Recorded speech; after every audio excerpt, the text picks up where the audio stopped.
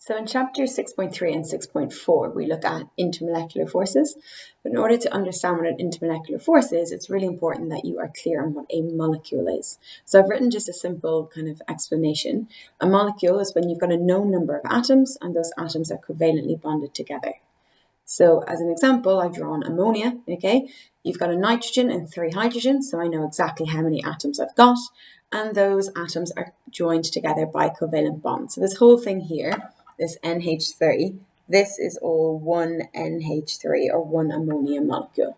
Another example, CO2. I've got a known number of atoms. I've got 1 carbon and 2 oxygens, and those atoms are held together by covalent bonds. So this here, CO2, will be an example of one CO2 molecule. A slightly bigger example, I've got pentane, C5H12. I've got 5 carbons. I've got 12 hydrogens, so I have a known number of atoms, and all of those atoms are held together by covalent bonds. So again, this whole structure here will count as one pentane molecule. An example of something that would not be counted as a molecule, okay, if I just draw here NaCl, okay, so in NaCl you should recognize that you've got a metal and a non-metal, therefore the bond holding them together is ionic, it is not covalent, okay, so it's not covalent, so I know straight away it's not a molecule, but also you don't have a known number. Okay, when I've written it here as NaCl, that doesn't tell me that I've got 1 sodium ion and 1 chloride ion. That just tells me the ratio. With ionic compounds, you form giant structures. So you could have 500 sodium ions and 500 chloride ions. You've got them present in a 1:1 ratio.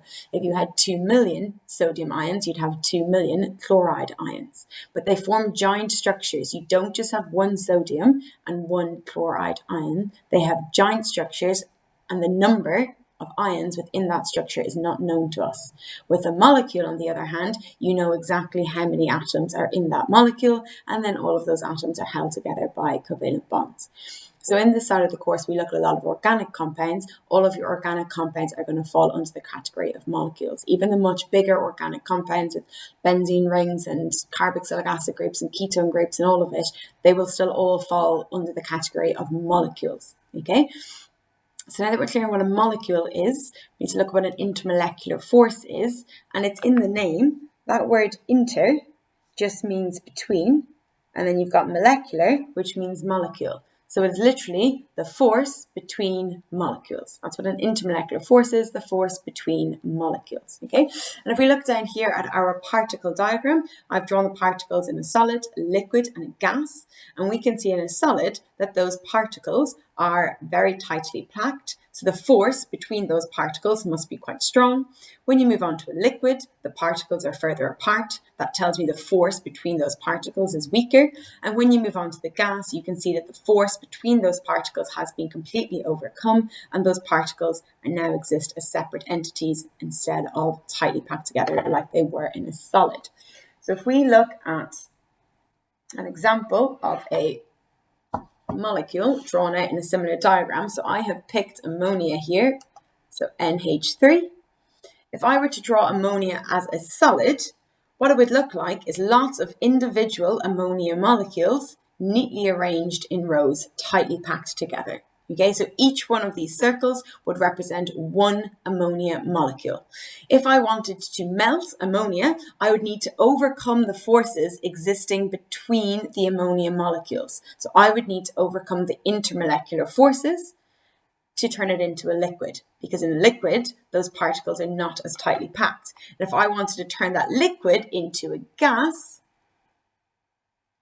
okay, I would again need to overcome the forces existing between the molecules so that I could separate the molecules so that they existed individually. Okay, you will notice here that in ammonia, when I'm going from a solid to a liquid to a gas, I am not separating nitrogen and hydrogen. Okay, the nitrogen and hydrogen are covalently bonded in a solid. They are still held together by covalent bonds in the gas. You are not breaking the covalent bonds between nitrogen and hydrogen. What you are doing is you are just separating the ammonia molecules. They're going from tightly packed together in a solid to spaced apart in a gas. So you are separating the forces that hold the molecules together. You are breaking those intermolecular forces. And if we look back at the examples that I have drawn for you, so ammonia and CO2, they're just two examples. You should hopefully know that both ammonia and CO2 are gases at room temperature, okay?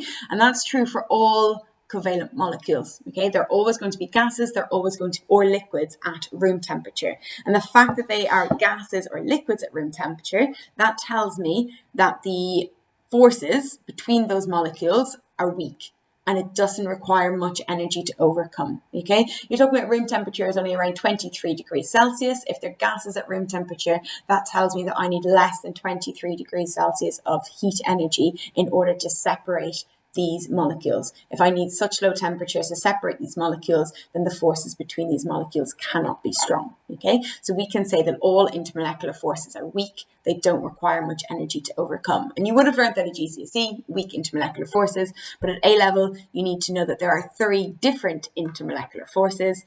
There are induced dipole-dipole, permanent dipole-dipole, and hydrogen bonding, which I'm going to go through now. So the first intermolecular force we're going to look at is induced dipole-dipole interactions. You should hopefully remember from the earlier chapter that a dipole is just a separation of charge in a molecule, and dipoles occur when you've got 2 different atoms covalently bonded together that have different electronegativities. So for example, if I had drawn HCl, chlorine is more electronegative than hydrogen. It's got a greater pull on the electrons in that covalent bond. Because it's got a greater pull, I can assign chlorine a delta negative charge, and hydrogen will be assigned a delta positive charge. So this separation of charge across this covalent bond is what is called a dipole. Now here you'll notice that I've got an induced dipole-dipole. And an induced dipole occurs in a non-polar molecule which does not normally have a dipole. So if I look here at chlorine, Cl2, I've got 2 chlorine atoms bonded together. Because they're both the same, there's no difference in electronegativity. Because there's no difference in electronegativity, the electrons within that covalent bond, on average, are evenly shared between the 2 chlorine atoms. Neither chlorine atom has a greater pull on the electrons. However, electrons are constantly moving, okay? They don't just stay still. And even though on average they're evenly shared, because those electrons are moving, at any one instance, those electrons could be closer to this chlorine atom, which would give you a delta negative, delta positive, or they could be closer to this chlorine atom, which would give you a delta negative and delta positive, okay? And anytime these electrons are moving, and you're getting a dipole, we call this an induced dipole, okay? It's not a permanent dipole. You don't have a difference in electronegativity, so there's no permanent dipole like we have here in HCl, but because those electrons are constantly moving, at any instant in time, you could have a dipole, okay? And what will happen if you had Cl2 and you had lots and lots of chlorine molecules all moving around, they will interact with each other. Okay, and if you had a dipole in one chlorine molecule, so here I have the electrons closest to this chlorine atom, okay, making it delta negative, okay. If I've got this chlorine molecule and it interacts with the next chlorine molecule, the negative charge on this chlorine atom, okay, will repel the electrons in this chlorine-chlorine covalent bond and push those electrons down towards this chlorine atom, making it delta negative.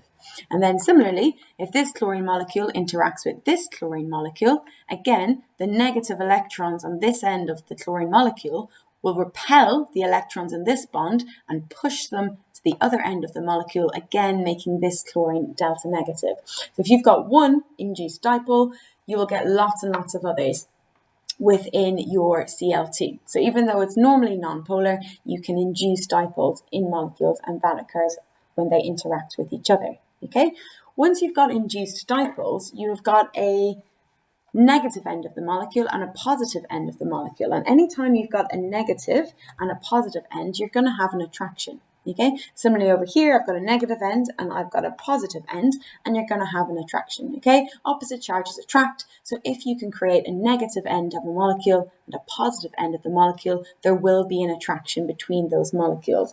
And this attraction here is an example of an intermolecular force. Because those molecules have become charged, they are attracted to each other. That attraction is called an intermolecular force, and in this case we refer to this force as an induced dipole-dipole interaction. The next type of intermolecular force is permanent dipole-dipole interactions, okay? As suggested by the name, these are dipoles that are permanent. And the reason these dipoles are permanent is because the bond occurs between two different atoms that have two different electronegativity values. So I've used HCl as an example of a molecule. Chlorine's more electronegative. It's got a greater pull on the electrons. Chlorine is always going to be delta negative. Hydrogen is always going to be delta positive. So this dipole is permanent. It always exists because chlorine is more electronegative, not just because the electrons are naturally moving. Okay, so in HCl, I've always got a negative end to the molecule. I've always got a positive end, and that negative chlorine will be attracted to that positive hydrogen. And the same again, that negative chlorine will be attracted to that positive hydrogen. And again, I can label this as an intermolecular force. Okay, so I've got induced dipole-dipole and I have got permanent dipole-dipole. Okay. Induced dipole-dipole interactions occur in all molecules, okay? They occur in non-polar molecules, but they also occur in polar molecules. So no matter what molecule you've got, you're always going to have an induced dipole-dipole interaction. Permanent dipole-dipole interactions, on the other hand, only occur in polar molecules, okay? As the name suggests, that dipole has to be permanent. A permanent dipole will only exist in a polar molecule where you've got one atom that's more electronegative than the other. Okay, in terms of the relative strengths of the interactions, okay, if we go back up here and look at the induced dipole-dipole interactions, okay, the more electrons you've got, the stronger the induced dipole-dipole interaction will be. Okay, so if I look, for example, at the halogens, if I look at fluorine, chlorine, bromine, and iodine, okay, induced dipole-dipole interactions of fluorine are weaker than in chlorine, which are weaker than in bromine, which are weaker than in iodine. And the reason is as the molecules get bigger, okay, so going from left to right, they're getting bigger. That means they've got more electrons. And the more electrons means the stronger induced dipole-dipole interaction. Okay, so iodine would have the strongest induced dipole-dipole interactions because it's got the biggest molecules, because it's got the most electrons. Therefore, iodine is going to have the highest boiling point.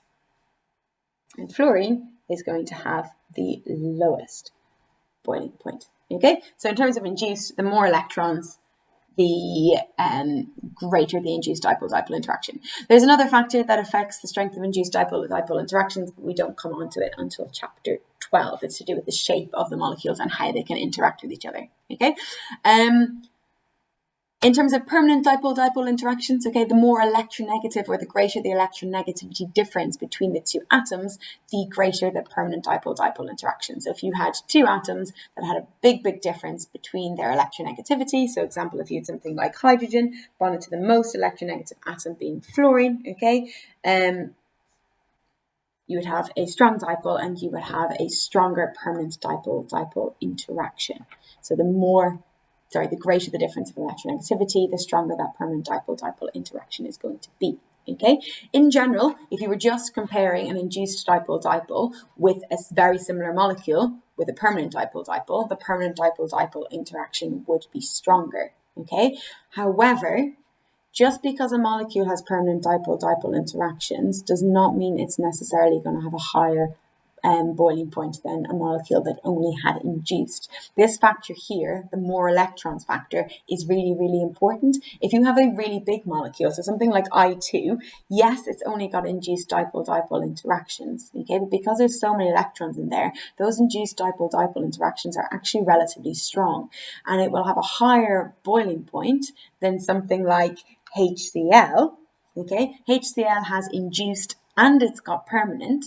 Okay, so you might think that you've got more attractions to break, it's going to have a higher boiling point. Because I2 is so much bigger, the induced are so much stronger that it actually does have a higher boiling point than HCl, okay? Generally in questions you're told what the boiling points are and you're just asked to explain. And if you had a molecule that only has induced with a higher boiling point than something that also has permanent, then the reason it's got that higher boiling point is generally because it's a bigger molecule, it's got more electrons, and those induced dipole-dipole interactions are so much stronger than the permanent because of the size of the molecule. Okay, there's one more type of intermolecular force called hydrogen bonding, which I'm going to go through in the next video.